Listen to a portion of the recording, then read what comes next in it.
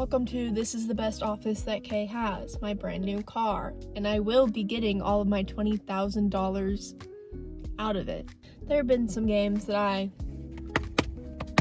want to talk about, that I want to discuss, because I've been playing a lot of games within the past, I don't know, maybe 5 or 6 months. I've been kind of easing back into video games, and there's some that I want to talk about. Some that I've liked, some that I don't like, and so I think that we should get into it.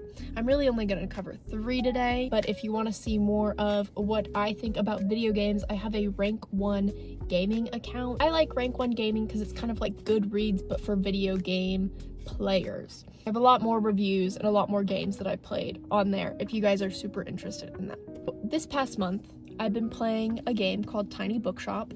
I didn't really think that I was gonna like Tiny Bookshop. One type of game that I'm not usually super into is simulation games. So things like Power Wash Simulator. Sometimes I'll play Supermarket Together with my friends, which is a little bit more fun because my friends are there and we get to goof around together. But simulation games aren't really anything that kind of hold my attention. Farming Simulator, things like that. I get bored of the repetitive nature of these games, you know? I always want a goal that I'm striving for, either a goal that I'm striving for or a storyline that I'm trying to uncover.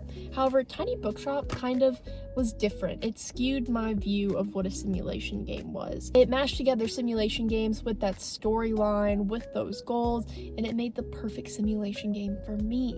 And so Tiny Bookshop, you're a tiny bookshop keeper. You have purchased this little mobile bookstore that you hook up to the back of your car, and you drive around Storybrooke, and you park your car and you park your library, and you're able to sell books to all the citizens of Storybrooke, and you're able to get to know them through different conversations, through recommending them books. It's all very good. You're able to decorate your bookstore. You're able to, every day, you choose which books and how many books go on your bookshelves. So it's all a very simulation type process. However, in getting to know these characters, you're able to progress storylines with them. You're able to figure out when their birthdays are. You're able to create a connection and create goals within this game that I think is so much fun when it comes to video games. And I think that this is something that I would love to see implemented in a lot more simulation games. And so just to give an example of one kind of storyline that I'm currently working on in Tiny Bookshop, spoilers. Currently at the supermarket in Storybrooke, someone has deliberately murdered their wacky waveable inflatable tube guy. And so we're on the hunt for who murdered that man. So that's just, you know, some of the fun, like, silly side quests that you get to work towards in Storybrooke. And they do actually have, like, have you found every location? Have you talked to every main character in the game? Have you finished every quest in every location? And they have that all neatly laid out in a little notebook quest book thing. And I love that so much. Because we're recording things, we're writing things down. You guys know I love keeping track of everything. And so that's just something that I really like from Tiny Bookshop, and it's something that keeps me going back and playing. It is something that I only play maybe once a week, once every 2 weeks, just because there's other things that I'm playing with friends. I'm in a very big multiplayer mood recently. If you're not a super big fan of simulation games like I am, I would still recommend Tiny Bookshop because it is so good, and it has aspects of other game types within it that really catch your attention. Sticking with simulation games, and this one is one that I didn't really like, that I kind of kept up with for a few days and then realized that I was not about it. It is Sticky Business, which is very sad because I had my eye on Sticky Business for ever. Since they announced the game, I was keeping my eye on Sticky Business. And so Sticky Business is another simulation game. This time you're running an online sticker business. You get to create your stickers, you get to print your stickers, you get to ship your stickers. So it's cute and fun all around. And I think that this is a really good game for creatives, which I am just not a big visually creative designer. Being able to purchase different items to create different types of stickers, I think is great for, like, amateur designers, digital designers. If you love any kind of design, you'll love Sticky Business because that's its main goal is to design things.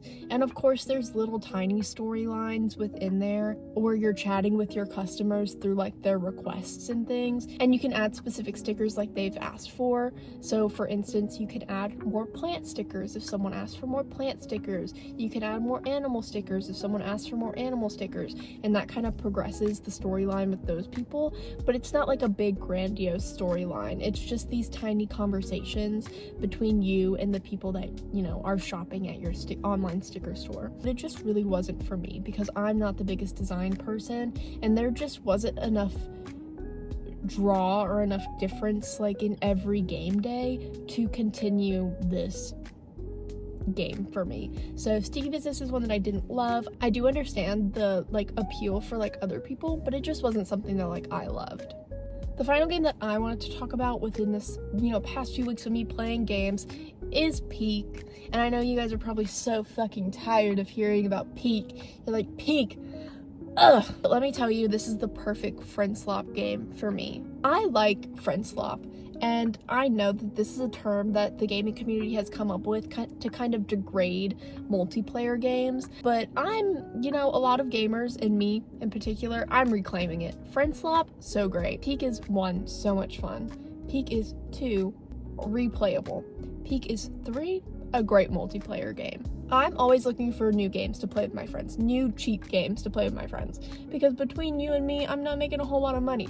Between you and me, I can't drop $40 on a game every week. So, a little $10, $12 game every now and then, yeah, put it in my cart. The replayability is also amazing on this game. The fact that the developers are continually adding different biomes, every day the climbs are different, they're always adding new tools, different environmental factors, there's always something different in Peak. And along with that, the modding community for Peak, mwah, perfect. You guys are perfect. All my modders, you guys are perfect. Really, the only big mods that I use for this game are more players, because I like to play with 5 or 6, you know, people on Peak. So that's really the only like big one that I use. Regardless, this isn't an in-depth review of all the mods for Peak. This is just me saying that I love Peak. That Peak has been a great multiplayer game, that the company who has made Peak does a great job with keeping up with it, and they're great developers. And I can't wait to see what they come up with next. You should probably go play their single player crab game, because they were in fact upset that more people are playing Peak than their other game, because I think this was a game jam game, which golf clap for you guys. Good job on this game jam game. Love it. But those have been my 3 games for the past few weeks that I've been playing, that I've been enjoying, that I haven't been enjoying. We'll probably do this again in another few weeks after I play another few games. I don't know. We'll see what happens.